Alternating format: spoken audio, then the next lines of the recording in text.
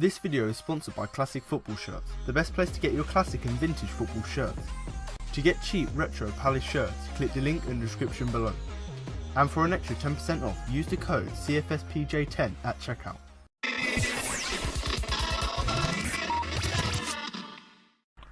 Hello and welcome to the Crystal Palace podcast. I'm Alfonso Greenbrook, and in today's podcast, I'll be looking over the game against Bournemouth by bringing my match review player rankings and my man of the match. As well as this, I'm also going to bring you interviews with Roy Hodgson, Wayne Hennessy and Mamadou Sakho after the game. So let's begin.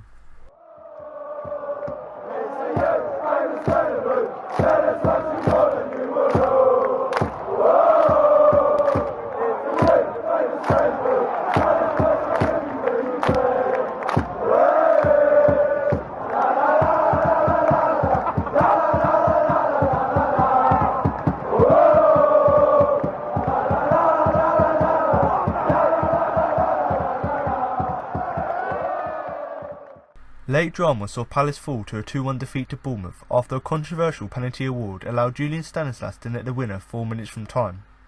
The Eagles had clawed their way back into the game following David Brooks' early opener thanks to a fine strike by Aanholt 10 minutes into the second half, and looked to be on course to potentially win the game before Mike Dean awarded the Cherries a penalty after a tussle between Lerma and Mamadou Sakho, which Stanislas netted to defeat the Eagles. Bournemouth began sharply with some intricate passing and good off-the-ball running, and it took just 4 minutes for their fans to celebrate. Alan Smith nudged the ball down the left wing and slid a low cross into the area for Callum Wilson to hold up, and the striker laid it off into the path of Brooks for the Welshman to fire first time into the top corner via the bar, leaving his international teammate Wayne Hennessy grasping for air. In response, Palace quickly found themselves down the other end, and Luka Milivojevic saw a goal-bound free kick take a deflection off the Cherries' wall, before Max Meyer nearly marked his first Premier League start with a goal, thanks to a drive from 25 yards which forced Asmir Begovic to hit the turf to save. Throughout the opening 45, Eddie Howe's team looked quick and comfortable in possession, and they nearly added a second when Fraser whipped a free kick into the box for Steve Cook to attack, but his header was straight at Hennessy. But as the half edged towards its conclusion, the Eagles began to show some neat football of their own to create an exciting end-to-end affair. But the only chance they could muster up was a wild long ranger from Jordan Ayew which flew well off target. But after play restarted, that began to change, and not long after kick-off, James McArthur suffered the same fate when his first-time blast failed to trouble Begovic. However, it was a sign of Palace's ever-growing confidence, and their positivity was rewarded on 55 minutes when they grabbed a deserved equaliser. Aanholt picked the ball out of the air and squared it into Wilfried Zaha, who'd escaped the clutches of the Bournemouth defence for the first time all night. He was fortunate to see a pass inadvertently ricochet off Meyer and spin back into his path, but he then proceeded to stroke the ball into the Dutchman's path to control and fire high into the Cherries' net to score in consecutive games. While the scoreline may have shown the sides level, Palace were in the ascendancy and Andros Townsend fired just wide 10 minutes later. But there was a real scare for Roy Hodgson's team with 8 minutes remaining when a miscontrol by Aanholt allowed the speedy Fraser to seize possession, nutmeg Sakho and race goalwards before unselfishly putting Wilson 1-on-1 with Hennessy, but the Palace keeper stayed big and made a good save with his legs. 2 minutes later, the keeper once again kept his team level when he produced another top stop to prevent Dan Gosling from netting with a diving header. However, with 4 minutes remaining came the controversy which saw Palace's point and the chance of seizing a late win slip from their grasp. Bournemouth sent in a free kick from the right, and amongst the jostling inside the box, Lerma went down and Dean pointed to the spot, deeming that Sakho had elbowed the midfielder in the face. Replay showed it looked unintentional, but regardless, minutes after arriving as a substitute, Stanislas stepped up and tucked the penalty down the middle to snatch the victory for the Cherries.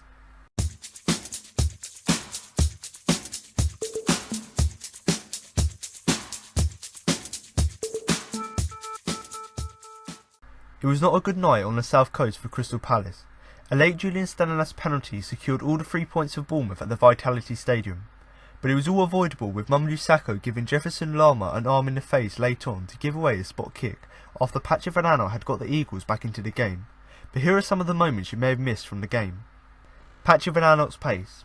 When given the ball just outside his own box in the early stages, the former Sunderland man showed his keenness to get forward, accelerating away from his opponent David Brooks with ease. Wilfried Zaha's frustration. Palace were under the cosh early on into the game, and when the loose ball was played forward by Mamadou Sakho, Zaha was quick to let his young teammate know what he thought of how things were going. The Ivory Coast international let out a bellowing call to the right back, screaming for more accuracy with his pass forward. Clap chat.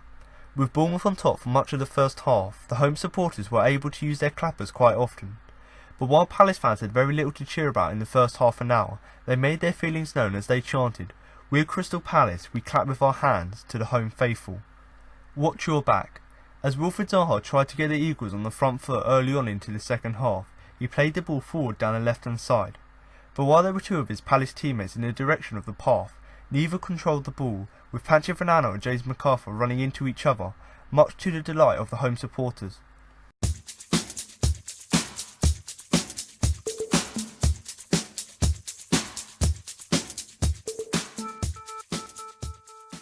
So now I'm going to move on to the player ratings, but before I start, don't forget you can follow us on both Twitter and Facebook at Crystal Palace for all the latest Palace news. And also, if you're on Facebook, do feel free to join our Facebook group, which is of course a great place to join in with discussions and also share your opinions with other fans. And if you are someone like myself who likes to go on forums and likes to not only post your own opinion but read what other fans have to say, then of course I would highly recommend you do join the Facebook group. Now if you are someone once again like myself who likes to keep up to date with all the latest Palace news, then of course you can follow both our Twitter and Facebook pages, obviously at Crystal Palace.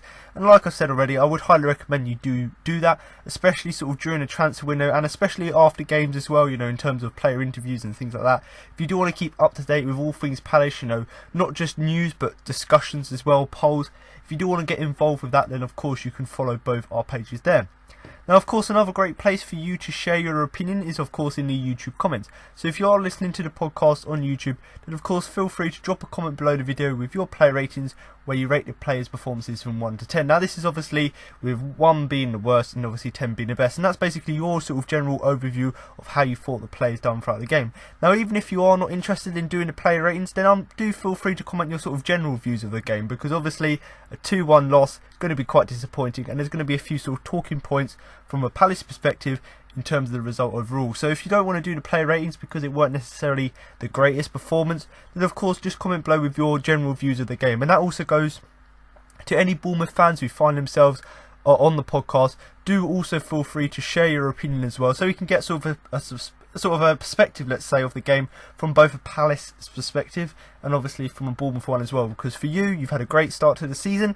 It's obviously a great win for you, whereas us, slightly disappointed in the fact that we gave away a silly penalty towards the end. So obviously there's two sort of different opinions of the game overall, and that's basically the reason I want you to comment, is so that I can come back to the video and obviously read through your comments and have a sort of general oversight of what other fans thought and obviously what the listeners thought, but also any other fans, whether they be Palace or Bournemouth fans who come to the podcast. Not only do they come to listen to my opinion, but they can also sort of read the comment section, have discussions down there below, just so we can sort of build up and see basically each other's opinions. So if you are someone who likes to get involved in that sort of thing and obviously likes to share your opinion, then of course do feel free to do so. Now of course if you do want to follow any of these social media pages that I've mentioned above, then of course do check the links that will be in the description below. So I'm now going to move on to the player ratings, and I'm going to start in goal with Wayne Hennessy, who once again, like most of the games he's played in this season where he's put in very good performances, he once again did put in a good performance here, and despite us losing the game 2-1 in the end, he was probably arguably one of our key players in the game, in the fact that we didn't go on to lose the game maybe 3, maybe even 4-1 in the end. Now in terms of his overall performance, I'm going to give him an 8, because I thought the saves he made in the game, you know, towards the end of the game to keep us in it, as well as just some of his sort of basic saves he made sort of towards the beginning of the game, that was really, for me, which really highlighted how good his performance was. But in terms of the first goal, you know, I've already mentioned that, you know, the fact that I've given him an 8, I'm not really going to give him any criticism. It was a great finish from just outside the box from David Brooks. Can't really blame Hennessy for doing that, and if you look back at the replays, he dived the right direction and he almost got there. But when you have a player like Brooks who, you know, takes a shot so well, so sweetly, and it just sort of dips at the right moment and obviously goes right in the top corner, there's not really too much you can do about that. And to be honest, David Brooks has a fantastic goal from him, and obviously congratulations on your first goal. But obviously there's not too much you can do about goals of that quality. So for me personally, people will criticise Hennessy, but I don't think there's really any need or any really real purpose to criticise him for that one. And like I've said already, you know, other than that opening goal, you know, I think it was the 5th minute of the game. After that, obviously in that first half, obviously Bournemouth were the much better side, and of course they were pinging balls into the box, and they were putting quite a lot of pressure on our goal. And I think Hennessy made a couple of good saves, most of them routine, but the fact that he was able to make these saves, albeit very simple ones, that was of course great to see. And of course, you know, in the second half, there wasn't necessarily too many chances for him to make saves, but the two in particular, you know, one from Callum Wilson and one from Dan Gosling, these two were absolutely fantastic saves. You know, the one from Callum Wilson, literally he's got the ball squared to him inside the box, one-on-one situation. You look at Hennessy from a few seasons ago and, you know, Bournemouth would have scored that, but Hennessy made himself big, stretched himself out, and obviously was able to deny Callum Wilson, you know, really, really great save. You know, I can't really use words to describe it because it was literally a world-class save. The fact that he positioned himself so well and the fact that he, you know, flicked the ball out in the other direction was good as well. And of course, you know, Dan Gosling with a header sort of shortly after Wilson made or Wilson had his shot with Hennessy saved. Once again, Dan Gosling, you could argue one of Bournemouth's threats throughout the game. He obviously had a header on goal, and of course Hennessy was obviously able to deal with that as well. So not only was he doing the basics right, which is something that he's done this season, and it's why consistently he's been putting in sort of 6s and 7s, and obviously the occasional 8 this season, but also the fact that he's able to make these super saves and actually make key saves like them at, you know, at moments of the game where we need to at least sort of keep ourselves in it. That's of course great to see as well. But like I've already mentioned, you know, obviously he made them 2 fantastic saves in the second half. But other than that, he didn't really do too much in the second half, which understandably, because Palace played slightly better in that second half, Bournemouth had fewer chances, and you could argue it was a game of two halves in the fact that Bournemouth dominated the first half and Palace done better for the majority of the second, but ultimately we weren't good overall, and obviously Bournemouth did deserve to win in the end. But once again, you know, that's just to go back to the saves. You know, I've talked already in the fact that he's been very consistent this season, and the fact that I've given him sort of only sort of 7s and 8s this season obviously goes to show that. But the fact that he was able to make one excellent save like this, and you sort of add his form into that as well, it just shows that he's on really top form at the minute, and long may it continue, because previously with Hennessy, you know, you look back to sort of the beginning of last season, he'd make a few saves here and there, but then he'll go on a sort of a 3 or 4 game span where he's absolutely terrible, then maybe pulls out a few good saves in the other game. But what he's doing this season is that he's doing the basics right, which he wasn't doing before, and he's pulling off fantastic saves as well, and that's obviously just improved his overall performance. And whether that's because Roy Hodgson's brought in a new goalkeeping coach, or whether it's just the fact that Hennessy's got a settled back 4 in front of him, and that sort of helped him to sort of develop and obviously get better as a player. Whatever it is, it's obviously great to see him in fine form, and obviously, like I've said already, a great performance from him, and obviously does deserve that 8 I've given him. But do comment below with your thoughts about Wayne Hennessy, and obviously whether you do think that actually maybe the competition from Gaeta may be helping him. But obviously, once again here, another good performance from him, and I must highlight, you know, I keep saying it, but that's them 2 saves from Callum Wilson and Dan Gosling were absolutely fantastic. So I'm now going to move on to the defence, and I'm going to start with the right back Aaron Wan-Bissaka.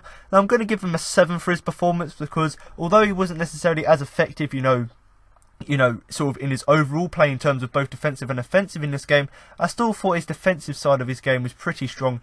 And when you consider he was playing up against sort of the tricky Ryan Fraser, I thought he'd done really good with that. Now, as I've said already, you know, it wasn't necessarily as good as his performances have been recently, because I talked last weekend in the fact that he's now started to add that sort of attacking sense to his game, and that seemed to have improved him. And of course, Wan-Bissaka in this game here, although his defensive side of his game was alright, he obviously just went back to sort of his old self where he weren't necessarily going forward as much as he would have liked. So obviously there was a lot of confidence, sort of, it was quite good to see him finally have that sort of attacking sense last weekend, and obviously slightly disappointing that he couldn't carry that on into the next game, but maybe that was just because we were under the cosh from Bournemouth. He obviously didn't have that chance to go forward. But I am going to give him the 7, as I've already mentioned, because I thought he'd done a relatively good job defensively, and obviously as a fullback, that's got to be your sort of #1 priority. But the thing that really did impress me about his performance, and you know, considering his age, obviously we know he's very young, not necessarily got that much experience, but he always puts in consistent performances. But the thing that really surprises me is that when you've got all of that experience on the field, you know, you've got players who've been playing football maybe even double the time Wan-Bissaka has been playing it, but the fact that Wan-Bissaka is able to look like one of the most calmest players on the field, the fact that he plays with calmness, he plays with composure, the fact that he does that week in, week out, and he done so here again against Bournemouth, that is the thing that really does impress me. Now, the thing that is the most impressive is the fact that when he's find himself in sort of some, let's say, tight situations where you haven't really got too much space to defend with, you know, you either make the challenge or the play gets around him, or obviously when you do venture forward or you do make a pass forward, obviously you're quite tight. If you pass it in the wrong position or the wrong place, obviously it'll be really easy for the opposition to, intercept the pass. So the fact that even when he was in tight situations like that where he didn't have a lot of space, the fact that he showed his calmness and was just composed to make that challenge or to make that pass forward, that's really the thing that did impress me. Now, although, like I've already mentioned, he didn't necessarily go forward as much as he would have liked, there were a few chances where, yes, the passes ultimately didn't end up with anyone, but the fact that he was looking for that forward pass as well as putting in that defensive performance is really the great thing that I do like to see. Now, something I do find myself repeating every week is the fact that he always makes great tackles. Exactly the same here against Bournemouth, because like I've said already, playing up against Ryan Fraser, it's going to be quite a difficult challenge, considering not just him as a player, but actually Bournemouth as a whole have played really well this season. The fact that he was still able to make some good challenges despite Palace sort of having a lacklustre start to the game, that was of course great to see as well. And I suppose the final point really for me to touch on is that I don't want to sort of dwell on the negatives too much, because I think he was one of our better players on the night. But he did start off a bit shaky towards the beginning of the game, and like I've said already, because it was sort of a game of two halves, the first half we weren't really playing that well, so you can understand him taking a bit of time sort of to get into the game. But after that, and after a few of his passes went off and are a bit iffy sort of early on in the game, the fact that he sort of regained that usual form and that confidence, as well as keeping up that high standard of calmness and composure, that's really the thing that did impress me overall. But once again, like I've said, I'm going to give him a 7, because I thought, even though it weren't necessarily the greatest team performance, I think you could argue he was one of our better players on the night. And although, unlike in previous games, he weren't necessarily being as adventurous going forward, he still put in a very solid shift defensively. And certainly, if you look at the game as a whole, and if you look back at the fact that he's in the Premier League, or the WhoScored.com Premier League Team of the Week again, despite Palace losing, really just goes to show how good his performances have been of late. But the right back here, Wan-Bissaka, a 7 for him. So I'm going to move on now to the first of our centre-backs, and that is of course Mamadou Sakho. Now I'm going to give him a 6 for his performance. Now this is one that might be a bit debatable, and people might give him 4s in the fact that he gave away that late penalty. But actually, if you sort of take that stupid penalty, which obviously I'm going to talk about, but if you take that aside, he actually had a really good performance, and if it weren't for him in that first half, we probably could have been 2, maybe even 3-0 down at half time. So I just want to put that out there, that although I've given him the 6, and people I know I've given him 4s and 5s, I actually think that apart from that stupid penalty he gave away, his performance was really, really good. Now obviously, before I go on to talk about the penalty, I might as well talk about the positives from his game. Now obviously, we know Mamadou Sakho, he's basically a rock at the back, not much gets past him, and obviously the last few games he's been on good form, and obviously we've limited the chances that the opposition has had.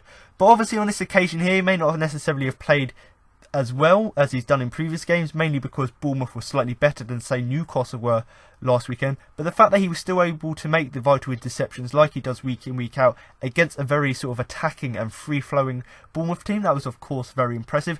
And I just want to say it again, even though he gave away that penalty, you've actually got to look at the game and actually go, if it weren't for some of his vital interceptions, we probably could have lost the game by a bigger margin.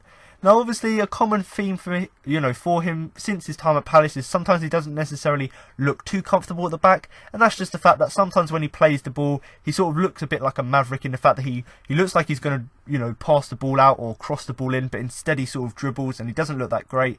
Obviously we did see that quite a few times here against Bournemouth, and the fact that he didn't necessarily look too comfortable, but that's just what you expect from Mamadou Sakho. He's a maverick like that, and occasionally when he does drive forward and do these mad things, sometimes he can pick out a good pass. So you've got to look at it at both sides, in the fact that yes, he was making vital interceptions to obviously do his defensive duties, but actually, even though he doesn't look too comfortable doing it, when he does drive forward, he's obviously able to do that. And obviously the final point really, you look at the 3 main things of the game, in his interceptions, the fact that he didn't necessarily look too comfortable on the ball, and obviously the fact that he conceded that late penalty. And I've just got to go back and say, he defended well for the majority of the game, but obviously there were a few occasions where he obviously gave the ball away and had to win it back. But like I said, really, just to sort of go back on the penalty, I don't really want to dwell too much on it. But when obviously we shouldn't have given away that free kick in the first place. We shouldn't have allowed Bournemouth to get the ball into the box in the first place, and obviously we shouldn't have given them the opportunity to potentially win a penalty, because obviously there was lots of pushing in the box throughout the whole game, not just that set piece, but throughout the whole game. But obviously Mamadou Sakho, I can understand what he's trying to do. It's not intentional. He's trying to obviously get the player out of the way so he can at least try and get the ball, defend it. But ultimately you've got to be careful. There's no point sort of pulling players back or putting your hand to their elbow. You shouldn't be doing that. You shouldn't put your hands on other players. If you want to mark and man mark, that's fine. But you need to actually be aware of, you know, where your arm's trailing, because obviously that was a stupid penalty to give away. I'm not going to argue about it. I think even though people could say it's controversial in the fact that he didn't mean it, it's a bit stupid to leave your arm out and obviously to drag a player down. So ultimately, some could say he was looking for it, the Bournemouth player. But actually, if you look at it, Mamadou Sakho, a bit silly on his part. But like I said already, we could dwell on this and we could talk about it for weeks. But actually, if you look at sort of his game, sort of isolated from that penalty incident, it was a very good performance from him. But, you know, do feel free to comment below with your thoughts, whether you do think it was a penalty or not. And also do feel free just to share your general views of his performance, because I know that not everyone has the same opinion on me, and the fact that they just thought he had a bad game, they wrote him off because of that one mistake at the end. But actually, if you look at the game sort of as a whole, I do think he had a relatively good performance. So Mamadou Sakho here, playing at the back, a 6 for him. So I'm going to move on now to his centre-back partner, and that is of course James Tompkins. And much like Sakho, you know, he didn't have the best performance, but certainly he put himself about a bit, and obviously I'm going to give him a 6 for that overall performance. Now in terms of his performances recently, you know, since he's come back from injury, he's been one of our most integral players and quite, you know, key to some of our points we've gained recently. And obviously, considering his high standards, it was a slightly quiet game here against Bournemouth.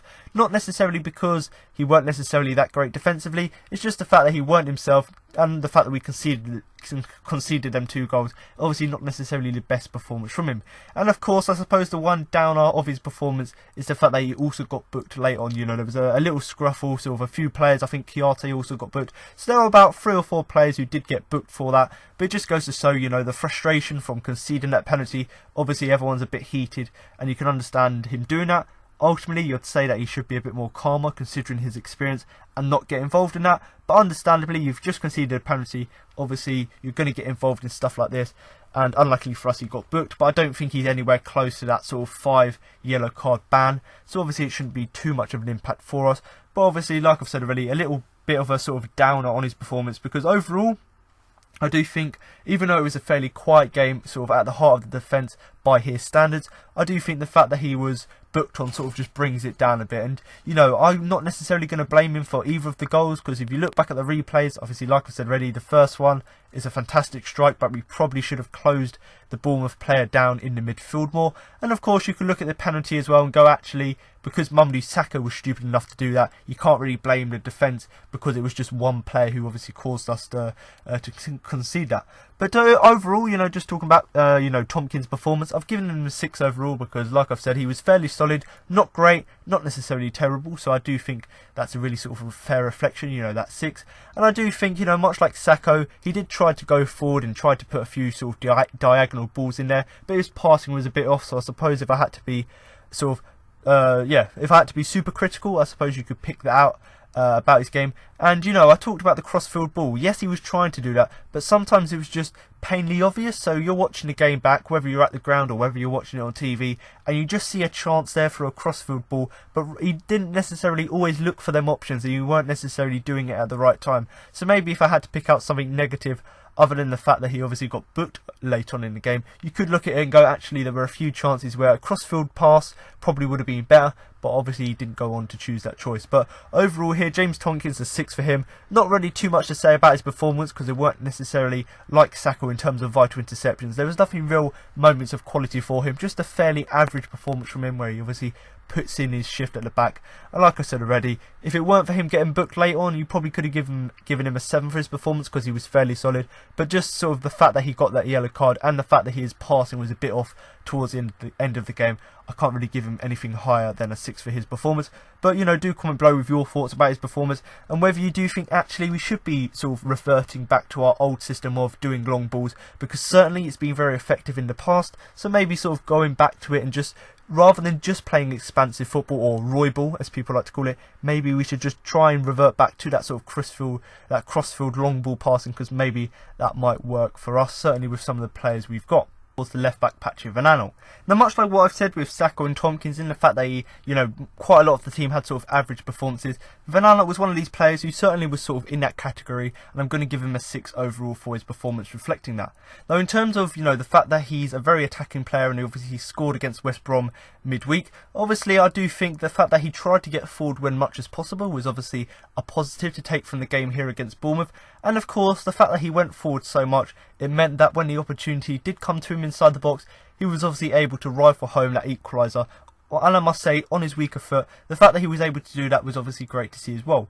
Now, of course, when you've got a player like this who's got the ability to go forward, you would expect them to get chances, you know, inside the box. And the fact that when he did get a chance, he took it so well and was able to score it, albeit it was offside and, you know, it probably shouldn't have stood. The fact that he was able to take that goal and make it as high quality as it was, and the fact that it probably, if it weren't for the stupid penalty, it probably would have helped us to, well, it helped us to get back into the game and would have helped us to at least get a draw from the game. The fact that he was able to do that was obviously great to see as well.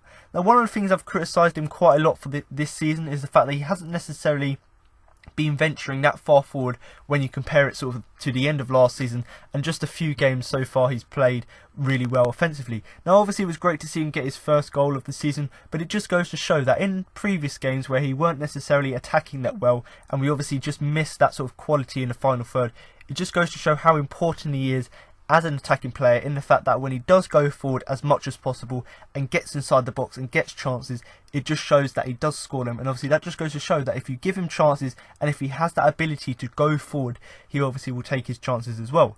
But the one thing I do like about his game, and although it wasn't great, the reason I've given him a 6 is the fact that he sort of got his usual mix of, you know, great attacking play, getting forward, as well as sort of getting back as well. But there was one chance where I think, you know, passing the ball around the back, he's just made a sloppy back pass, and obviously Bournemouth almost capitalised on that and scored from that. So although he had a great balance between his attacking play and obviously his defensive play, there were a few moments where he was a little bit sloppy here and there, and that's mainly the reason. Even though he scored a goal of that high quality, that's mainly the reason I can only give him a 6, is the fact that a few bits of his play were a bit sloppy, and of course, like I've already mentioned, he probably could have cost us a goal if Bournemouth had capitalised them on that better. And of course, at that moment, if that goal had gone in, it most definitely would have been game over, given Bournemouth their second goal, and it would have killed the game there.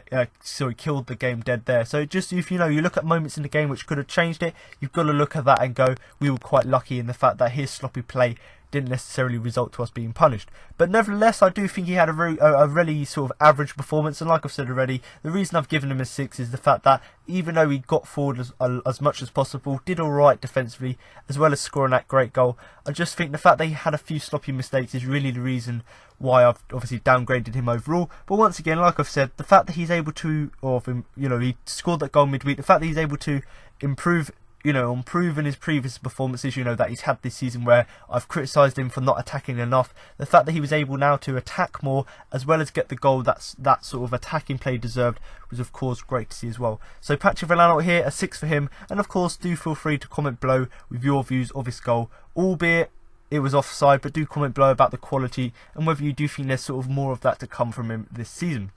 So I'm going to move on now to the midfield, and I'm going to start with the captain, Luka Milivojevic. And, you know, like once again, you know, I go back to what I've said already with, you know, 3 of our players.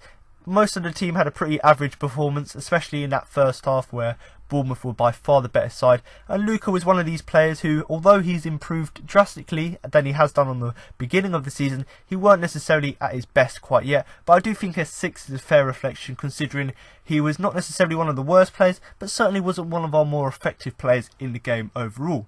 Now, in terms of the early stages of the game, especially that first half, I do think his passing was a bit mixed, in the fact that there were a few times where he was able to find that really, really good ball forward, which of course is what we saw last season. So the fact that he brought that back into his game, having had it missing this, or the beginning of this season, was obviously great to see.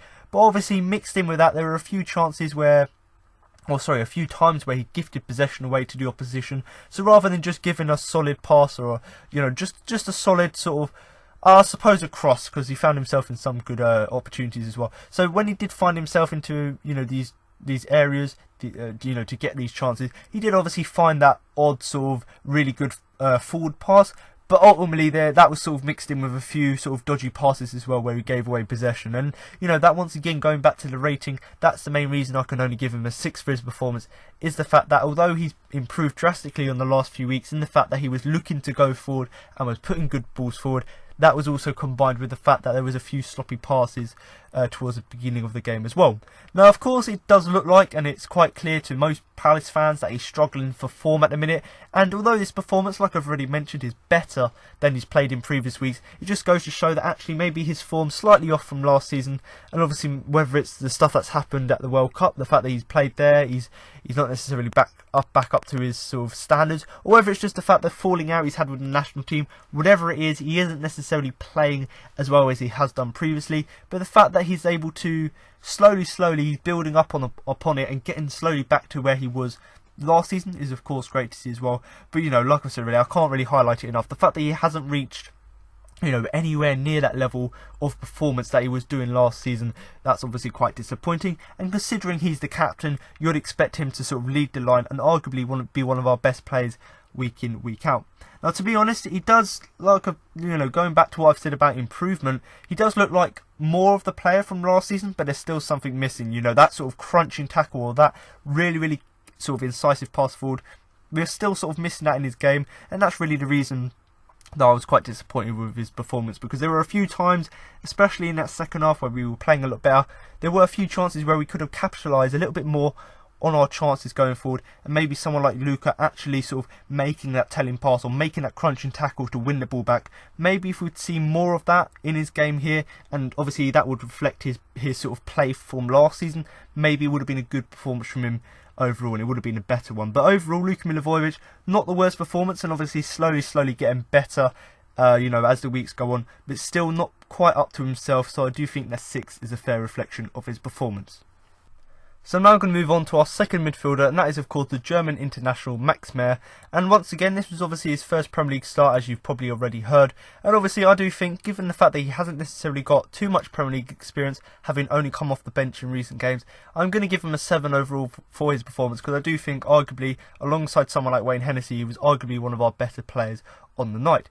Now, to be honest, when you consider, like I've already mentioned, the lack of Premier League experience he's got, and although he's played great in the times he's come off the bench, he hasn't really had that full sort of 90 minutes or so, or at least sort of 60 minutes, because he's been coming on sort of in the 60th minute and afterwards. So the fact that he's been able to have that amount of time to sort of express himself was obviously quite great to see. And the fact that, given the fact that he hasn't got that experience, as I've already mentioned, the fact that he was able to look as composed as he did, and the fact that he was able to look after the ball and carry it so well forward, that was of course great to see as well.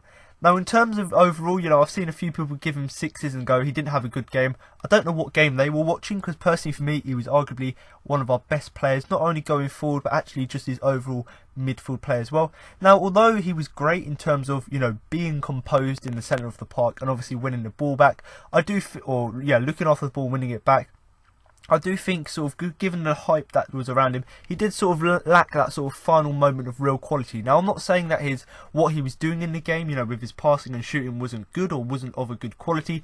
It's just the fact what we've seen from him, he can produce a real moment of quality, and whether that be an absolutely fantastic telling pass or whether that be a shot from, a nice curling effort, we didn't necessarily see any real moment, some sort of, your 10 out of 10 piece of play. But what we did see in the game is the fact that even though he hasn't got that much experience in the Premier League, he's actually very capable midfield player who's very composed on the ball, and of course he's very good at picking up the ball, looking after it and driving forward as well. But like I've said already, even though he didn't have that moment of real magic, the fact that he showed in glimpses when he was driving forward how good he is, as well as the fact that he was composed in midfield, that was of course really great to see as well. And I do think the 7 is a real fair reflection of his game, because like I've said already, and I can't, I want to keep repeating this because it's a really key point, because I've seen people with differing opinions.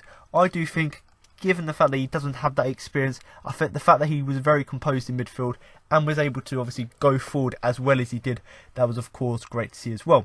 Now, to be honest, I'm really looking sort of at people's general opinions that were similar to mine. I did see sort of words like tidy and looking to create sort of words and phrases like that being used to describe his performance, and I do understand that. I do think, I said he was composed in midfield, and I suppose if you were to break that down, I think you'd look at it and go, he's very neat and tidy with his passing, and I think he had something like a 94% pass success rate, so obviously he was tidy in that respect. And of course the fact that he's always looking to create, looking to drive forward, that's of course any positive for any player.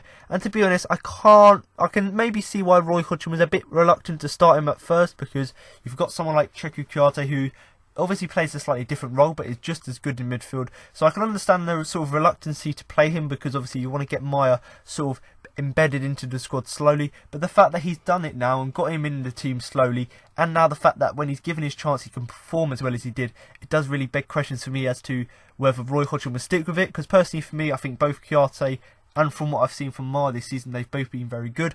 But I do think actually as a midfield pair, they could be very good going forward. Now obviously the Premier League is a lot more physical, and I suppose that's a downside to his performance in the fact that it still takes him a bit of time to get used to that. But like I've said already, and the main reason I've given him that 7 is the fact that even though he hasn't played that many Premier League games, the fact that he's able to be as composed as he is, the fact that he's able to look to create as well as being sort of neat and tidy on the ball, the fact that he's got that ability, and he's obviously got that ability to help us sort of advance as a squad, that's of course a really great thing to see as well. But overall, Max Meyer, like I've said already, I'm going to give him that 7 overall, because I do think he was one of our more influential players in the game. And certainly Roy Hodgson's going to find it quite difficult, because he said before the game it was between Kouyaté and Meyer to start. Personally for me, rather than having a debate over who should start, maybe drop someone like Ayew or MacArthur and play Meyer next to Kouyaté, because I think together they could be a really, really dangerous sort of combination going forward. But overall, Max Meyer here, the German international, a 7 for him. So I'm now going to move on to the final player in our midfield, and that is of course James MacArthur. And I'm going to give him a 5 for his performance, because it weren't necessarily the best, and I don't necessarily think he was absolutely terrible in the game, so I do think a 5 is a fair reflection of that. Now obviously we know James MacArthur, he's very consistent in the fact that he's always busy in the midfield. Now like I've said already, I've given him a 5 because he weren't necessarily that great in the game, but the fact that he's always busy, always looking for passes, always looking to go forward, and just basically sort of covering as much field as possible, the fact that he was able to do that was of course great to see as well, and that's something we've come to expect from him. So although I've pointed it out, it's something that really we do expect from him week in, week out, given the fact that he always puts in these sort of high intensity of performances. But the thing that really did let him down in this game, other than the fact that he weren't necessarily at his best, it's just that sort of final pass that sometimes did let him down in the game.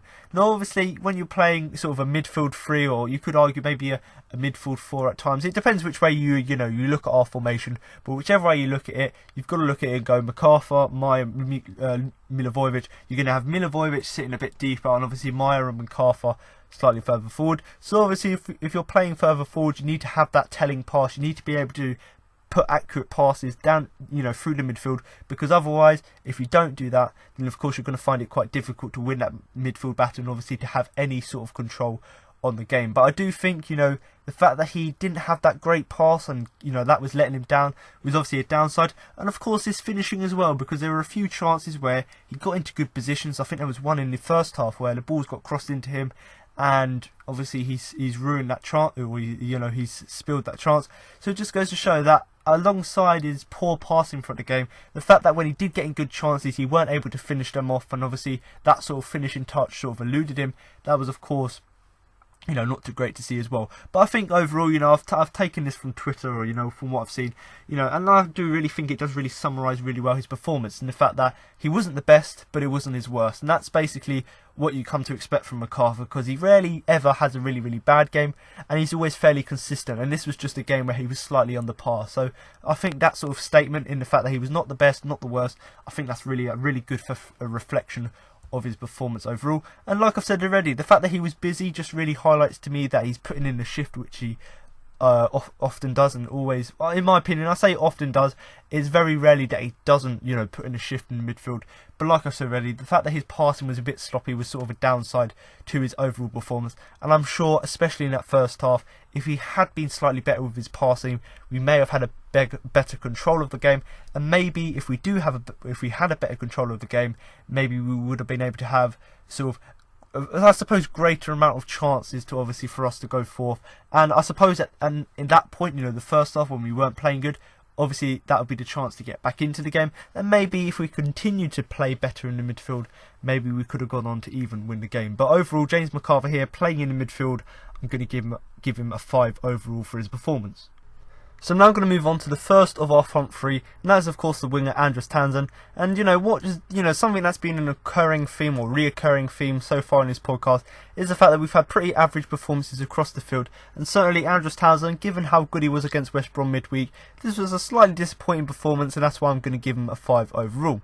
Now, as I've already mentioned, he obviously scored a brace in midweek, 2 fantastic goals, one from 30 odd yards after running at least 20, and of course, the one as well where he's dummied 2-3 defenders and obviously put it into the far corner. So obviously them 2 goals, as I've discussed in the the West Brom podcast, they were obviously great. So there was a lot of expectation coming into this game that he may be able to sort of follow up his heroics and just carry on his form. Now ultimately for us, he didn't quite live up to the sort of standard he set up in midweek, and maybe that's because Bournemouth were slightly better opposition than, let's say, West Brom were. But nevertheless, I do think if you can perform that well in midweek and score 2 fantastic goals, we were sort of expecting a little bit more come the weekend, or come Monday night as it was in the end. But obviously it was a bit disappointing to see him not follow up from that, and certainly if he had just shown a glimpse of maybe just a shot from outside the box which challenged the keeper, or even if it was just a cross rather than just a shot into the box, whether it's just a cross, just sort of challenging the goalkeeper would have been slightly better and sort of lived up to what he obviously performed like in midweek. Now obviously he did struggle to make an impact down the right for Palace, and obviously he was also booked towards the end of the game. I think it was just a little tug of the shirt, and ultimately yes, that was a bit silly. I think it was a bit harsh to book him for that, maybe give him a warning, but nevertheless. So to add to the fact that he weren't necessarily making that impact down the right hand side, he obviously was booked as well, so that really just added to the disappointment regarding his performance. And of course, you know, you've got to look back at the game and look at it and go, when he was moved to the left hand side rather than on the right hand side of the front three, he did perform slightly better, but very quickly after that we changed it back, and you know, Townsend went back onto the right hand side. So I don't know whether that was an instruction from Hodgson or whether it's just sort of a personal change between Townsend and Wilf, but whatever it was, I do think actually the fact that they acknowledged, you know, beginning of the second half that they weren't working, then changed wings and they played better, that obviously should have been a sign to keep it that way. But obviously he moved back to the right hand side and just carried on sort of that disappointing performance, not really having any impact down the right hand side. And like I've said, even if it was just crosses into the box, it would have been much nicer for me just to see him, even if he's not going to have shots like he did against West Brom midweek, it just would have been nice of him just to put balls into the box or just to create chances. But we obviously didn't see that in the first half. Now obviously both fullbacks, as I've already mentioned, you know, he played both on the left and the right. Both fullbacks, you know, Boston really, you sort of limited his chances, so you could argue that the reason he didn't have that great amount of chances is because the fullbacks done very well. Yes, that's an argument you could say, but I just don't think he was quite up to it. And you know, ultimately you look back at some of the players' performances in the game and you could look at it and go, they were quite slow to start, they slowly got into the game. But I actually think, looking back at Townsend's performance, I think that he never really got started in the game. You know, he was quite lethargic, sort of quite slow, and weren't really having that much impact for quite a lot of the game. And then that's obviously quite disappointing because, like I've said, if you put in a good performance against West Brom, albeit lower opposition, if you put in such a good performance there, considering we had, you know, 6 days or whatever it was to prepare for the next game, it would have been nice just to see him get into the game a bit more and just sort of have more impact on the game. And because of that, and because he was very limited down that right hand side, it obviously meant that he contributed very little to the side. And you know, like I've said, I go back to the point, it was a real shame because after West Brom, you would expect him to have loads of confidence, go into the next game booming, trying to score more goals, trying to get more assists. But ultimately that didn't come in the end. But overall, Andros Townsend, like I've said with a few players, not necessarily the worst performance from him, but certainly you know, far from the best. And you know, like I've said already, the main reason I've given him a 5 is the fact that he didn't really have any impact down that right hand side. But I do think it was slightly disappointing considering his good performance he put in midweek.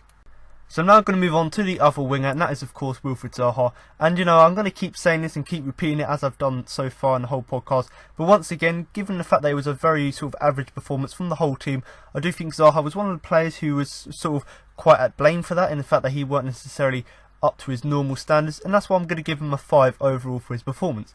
Now we all know, as he's been fantastic this season, in the fact that he's our talisman, everything sort of, we basically rely on him, he sort of carries the team, and sometimes in games we need him to sort of give us that spark and help us to get into the game. Now obviously we didn't see that in this game, we were missing it, and certainly there were times, you know, especially in that second half when we were playing so much better, we were sort of just crying out for a bit of quality from Wilfried Zaha, and it wasn't quite there. Now in terms of just talking about his game and why he wasn't necessarily at his best, I think the first sort of reason is the fact that his touch sort of let him down at times. So the fact that when he did get into attacking chances, or when a ball did come to him, the fact that he didn't have that good enough touch, or the fact that when he was trying to do 1-2s, he was putting them in the wrong direction, that was obviously quite disappointing as well. But the fact that he still got the assist for obviously Van Aanholt's equaliser, the fact that Van Aanholt picked up the ball, obviously great, you know, touch by him, passed it to Zaha, and the fact that Zaha was once again, even though it was a bit slight deflection, I think the fact that he was still able to get the ball back to him and get the assist was obviously great to see as well. And you know, as I said quite a lot, you know, last season especially, is that Wilfried Zaha is such a good player that even when he has a bad game like he does here, he still has a moment of magic. So his moment of magic in this game, albeit not necessarily that great, but the fact that he was able to still get an assist in the game despite him not playing that well is obviously, you've got to give credit to him. And although, like I've already mentioned, the goal was offside, it was a great strike from Aanholt on his weaker foot, and obviously the fact that Wilf was able to find him, albeit via a deflection, was obviously great to see as well. Now, like I've said already, you know, in terms of the game, and the main reason I've given him a 5 is because he's very poor by his high standards. He's one of these players who, especially at the end of last season, very rarely sort of put in a performance lower than a 7. But obviously the last few games he's been obviously a bit of criticism in the media for some comments he's made, which I thought were quite fair in my opinion. But obviously since that, and since the fact that he's had a few challenges on him, he hasn't necessarily been playing to his high standards. And I do think one of the main reasons for that, especially in this game, was just sort of poor concentration, because we know when he's on his game, when he's on his A game, he can produce moments of magic. But maybe, obviously in games recently, but especially this game, he was sort of didn't necessarily have that concentration. And there were two sort of first half sort of opportunities, you know, two in particular which I want to pick out, and that just really clearly shows his lack of concentration in the fact that balls were going forward, he was played in, but both times he was caught offside. And I think one of the times he was caught offside, and one of them he miscontrolled the ball. So it just goes to show that on another day he would have timed his run perfectly, got on that onside and potentially scored or crossed it into the box. Whereas here, because he hasn't quite got that concentration, or the touch isn't quite great, it just goes to show that maybe on them two occasions in particular, where he was offside and where he miscontrolled the ball, just shows where he's not quite up to the standards he normally is. But overall, I don't really want to dwell too much about his performance, because even though he didn't necessarily play that great and he weren't very good going forward, the fact that he was still able to get the assist which helped us, or should have helped us, to get back into the game, ultimately it didn't, as we went on to lose the game. But if you look at it at that point, the fact that he was able to sort of contribute to us getting back into the game was good. But ultimately for us, because of obviously Sakho's silly penalty that he gave away, we obviously weren't able to do that in the end. But overall, I do think a 5 is a fair reflection of Wilfried Zaha's performance. So we're going to move on now to the final player, and this is someone who's come up for quite a lot of criticism on social media, and that is of course Jordan Ayew. Now I'm going to keep repeating myself again, you know, when I start with the other players, but he's one of these players once again who had a pretty average performance, pretty lacklustre, and although people are giving him absolute hate online, I don't think his performance is as bad as people are making it out to be. Obviously I think it was just sort of the heat of the moment thing, but I do certainly think there was a lot to be desired about some of the sort of chances he had, considering he was a striker throughout the game.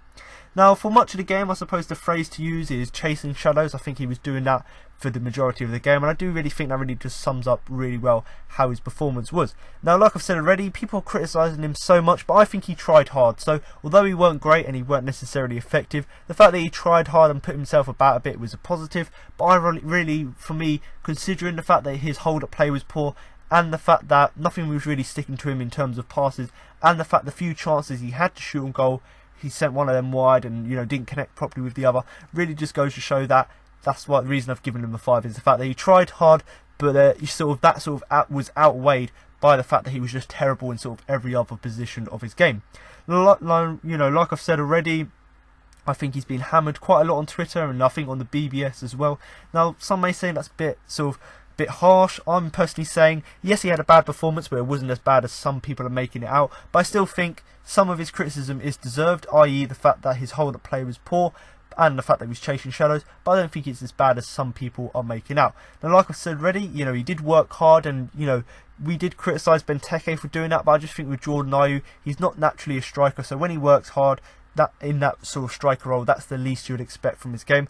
And, you know, the thing really to pick out from the performance really is, and the main reason I've given him a 5, is the fact that even though he worked hard, then no effect came from it. And I think if people were criticising him from that, I would totally understand it, in the fact that he put effort in and you could see he was trying, but he obviously didn't have that quality and, you know, didn't do it to great effect. But people criticising him just for everything about his play and saying he was absolutely terrible, giving him 3 out of 10, I think that maybe that's slightly harsh overall. And I think this game, considering we're now playing a 4-3-3 formation, which I personally think best suits the best sort of starting 11 we've got, this game did go to show how much we missed Benteke, because if we had that physical presence up top, who obviously has got great heading ability as well, if we had him and played the way we did, and maybe put in a few more crosses, I do think we would have played much better, because I do think this game really did show for me that when we're playing a 4-3-3, I do think Benteke does suit that system better. But if we are going to continue with the 4-4-2, which we've played at some parts this season, I do think Ayew is the better man forward. So like I've said last week,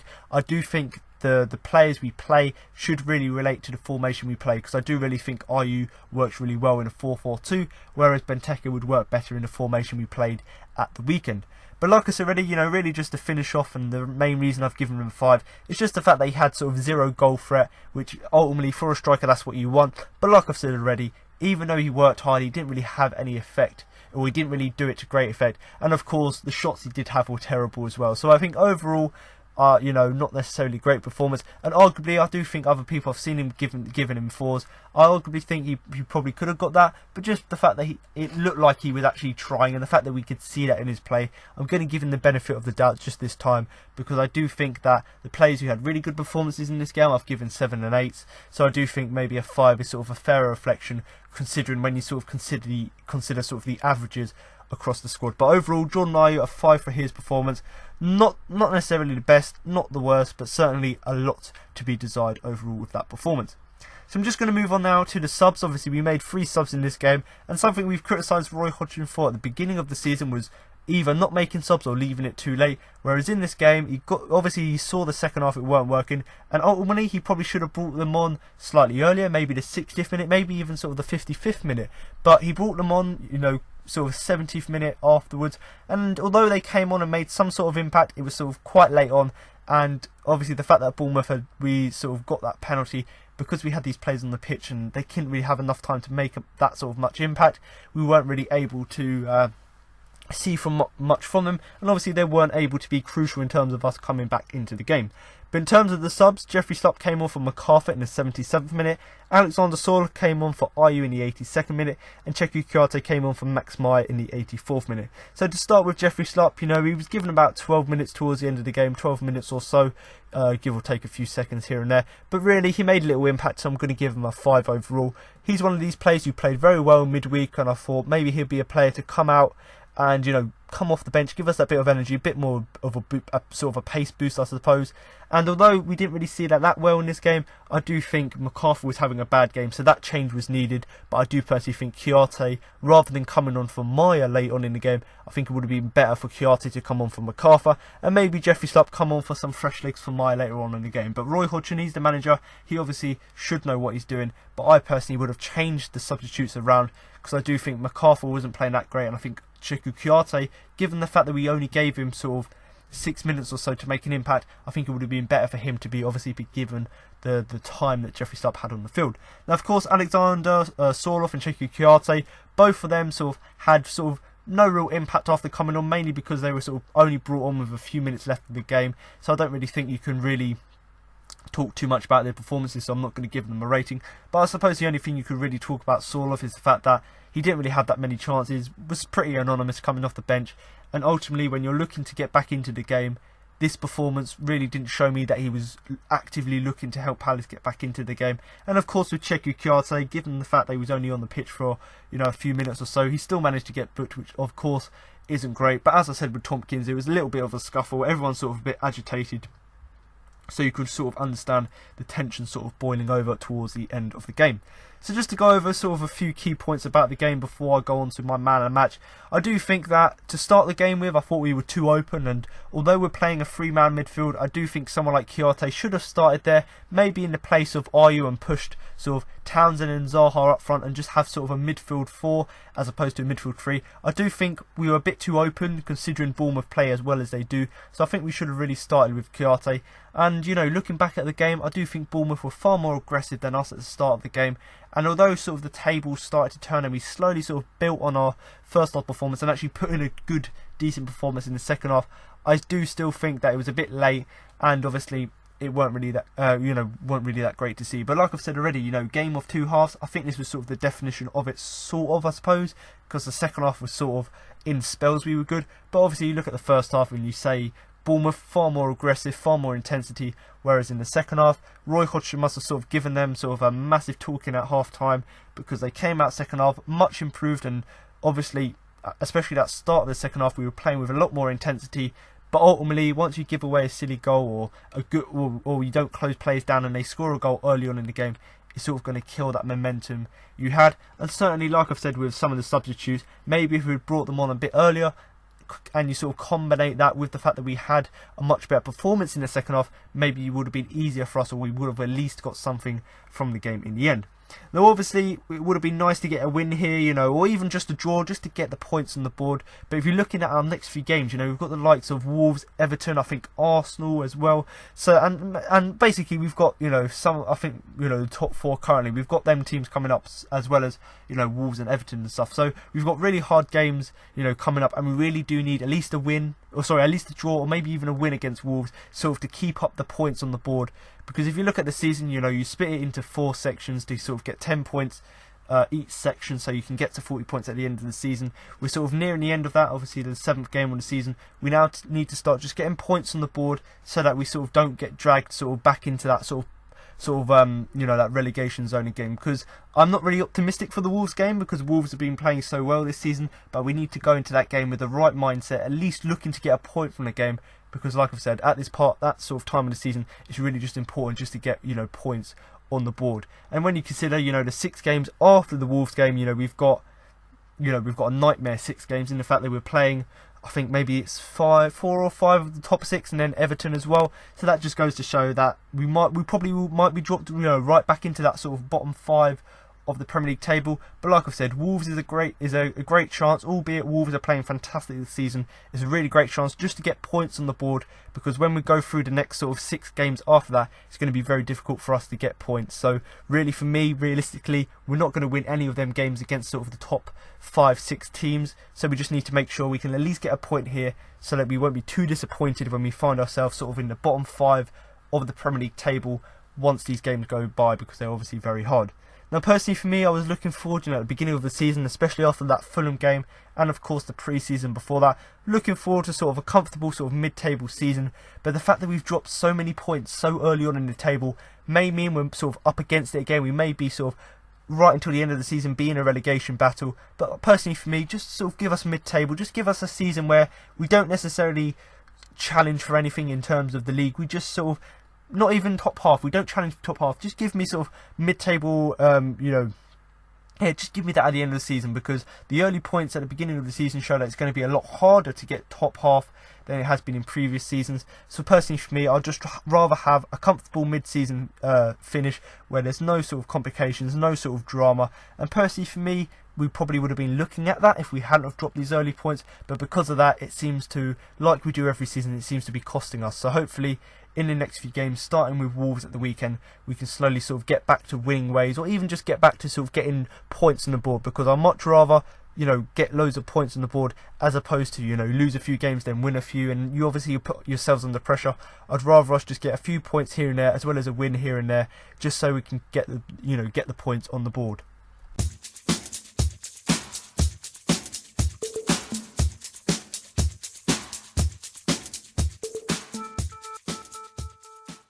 So I'm now going to move on to the Man of the Match award. But before I do that, I give you my Man of the Match. Now I thought the biggest influence in the game, and now I'm going to give you the 4 nominations I've put forward for the award.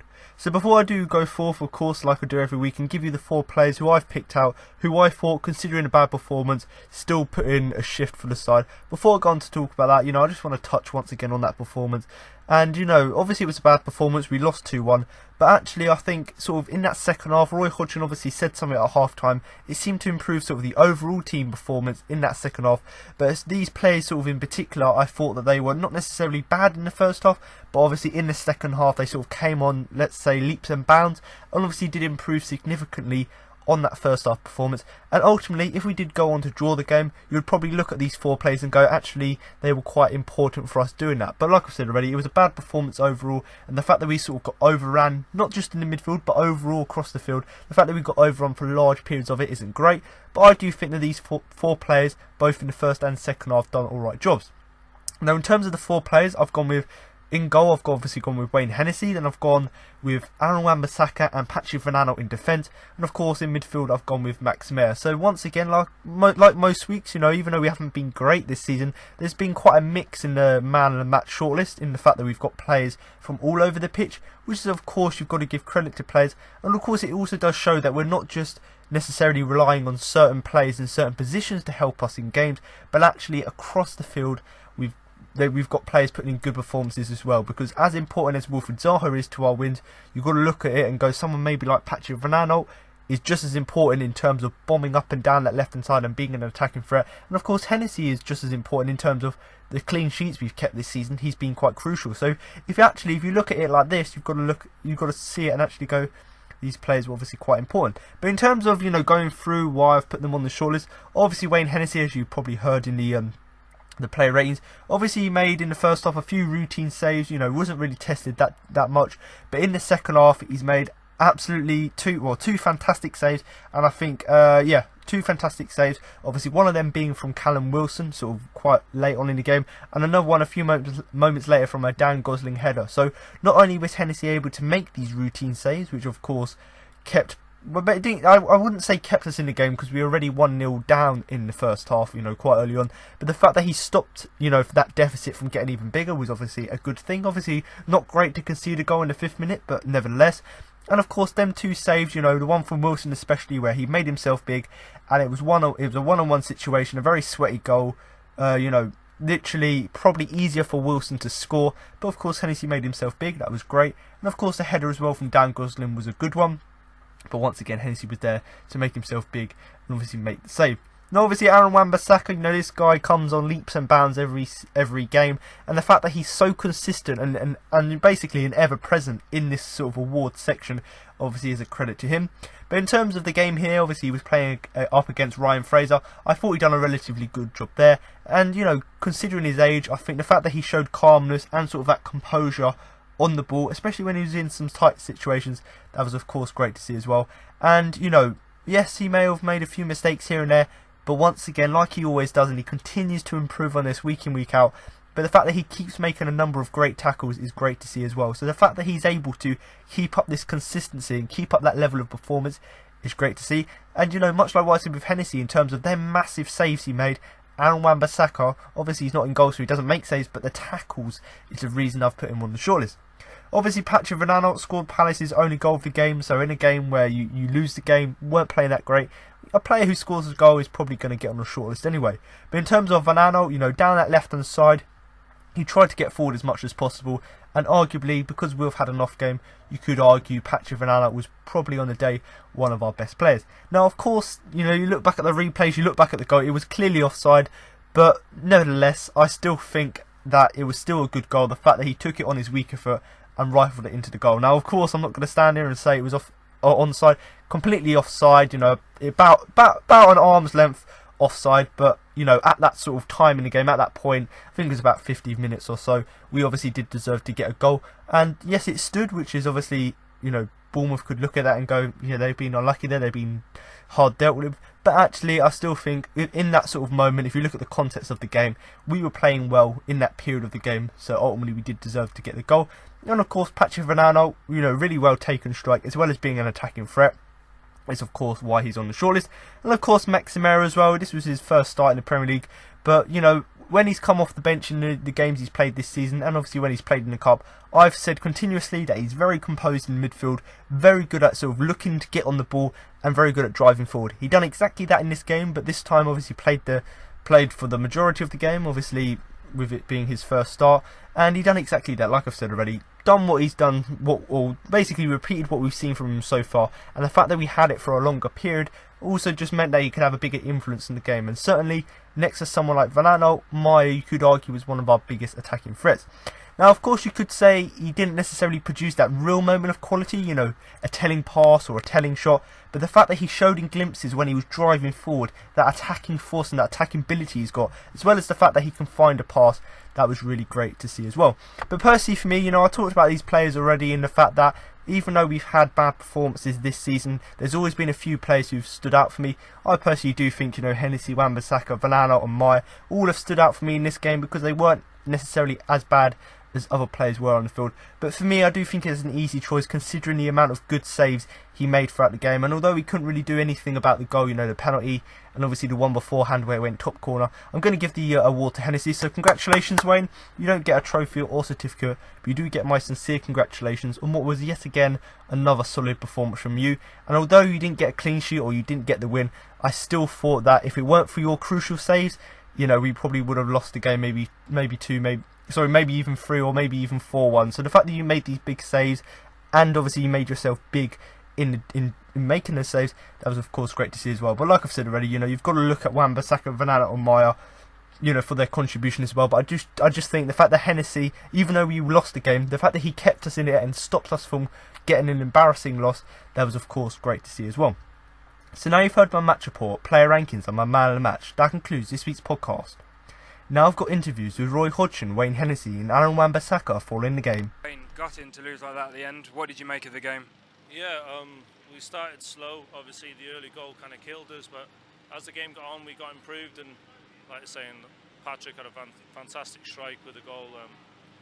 But then we're devastated not to come away with a point. Like I was saying, I haven't seen a penalty decision again, so I want to try and see that ASAP and see what it was, if it was actually a penalty or not. But then again, we need to learn from these mistakes. As you say, we had some good moments when it was 1-1. Do you think we could have gone on to win it? Yeah, we were creating chances. Like I was saying, it's just that final ball, that final shot or that final cross, and like I was saying, we were actually looking very good. If you'd have put money on it, we'd have definitely said that we were going to score. But like I was saying, that decision kind of killed us, and yeah, we need to learn from that. Also at 1-1, 2 massive saves from yourself gave us a platform to build on going to the rest of the game. Yeah, I didn't really have much to do in the earlier part of the game, and like you're saying, sometimes when you make saves, I like you think, right, this is our night, but unfortunately it wasn't. And Wolves next at Selhurst Park, who have taken well to the Premier League, your former club. What do you think will happen in that game? Yeah, it'll be a difficult game. They've started well, obviously coming to the Premier League, they've got that hype, and yeah, they're going to be a difficult team, but like I'm saying, we fancy our chances at Selhurst, and we'll have a good few days training now and do our homework on Wolves. Thanks, Wayne. Aaron, a tough game and hard to lose at the end like that. Yeah, it was. I thought they were better than us first 15. They were on top of us, and then into second half, I think we played a good role. The team played well. We were moving it quick, created a lot of chances. And as you say, they started better, but we grew into the game. Do you think there's positives we could take from that? Yeah, there is. The way we moved the ball, chances we created. I just think we were just unlucky towards the last 6 minutes. And as you say, we went down at the end of the game late to the penalty. What was your view of the incident? I watched it back. It wasn't really that much of contact. At the same time, I was disappointed. As we were getting into the game, and I felt close to getting the point. And Wolves next, a newly promoted side, always difficult as they've got that new season bounce. What do you think will happen on Saturday? No games come easy, but we'll work hard in training and take the challenge on the weekend. It wasn't the start we'd hoped for, but we grew into the game. Yes, we did. The start was obviously exactly what we didn't want, but it was a wonder goal, a wonder strike, to be fair, off the crossbar. But we evened the game out, even in the first half, I thought, and then I thought we took over at the start of the second half, and we're looking like the better team, but we gave away a penalty and lost it. We had some good moments at 1-1. Wayne made some good saves, and we had good moments to potentially come back with 3 points rather than none. Yes, that's right too, but unfortunately we paid a high price for the error that led to the free kick, and then of course Mamadou being punished for unfortunately catching the player with his arm who was running across him. I don't think he meant to do it, I think it was deliberate, but the referee decided it was a penalty, and it was too late in the game for us to get back in it, and there was only 5 or 6 minutes to go. But it was a sad way to lose the game, and to lose at least the 1 point, which I thought our performance more than deserved. Max Meyer made his first Premier League start today. How do you think he did? He did well. Pleased with him. Okay, and Wolves next at Selhurst Park, another team who are in good form. Yeah, but we're not in bad form ourselves. Don't worry about that. I think that we can, when we play our best football, are capable of playing against any team. So I'm not concerned about that. I think we'll cause Wolves as many problems as we caused Bournemouth here today, and hopefully we won't have the same misfortune to concede the goal that we did, which cost us.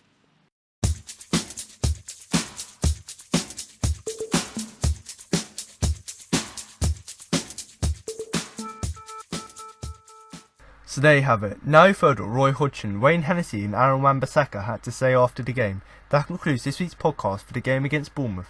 But make sure to come out next week from a post-match review of the game against Wolves. So thanks for listening, and remember to up the Palace.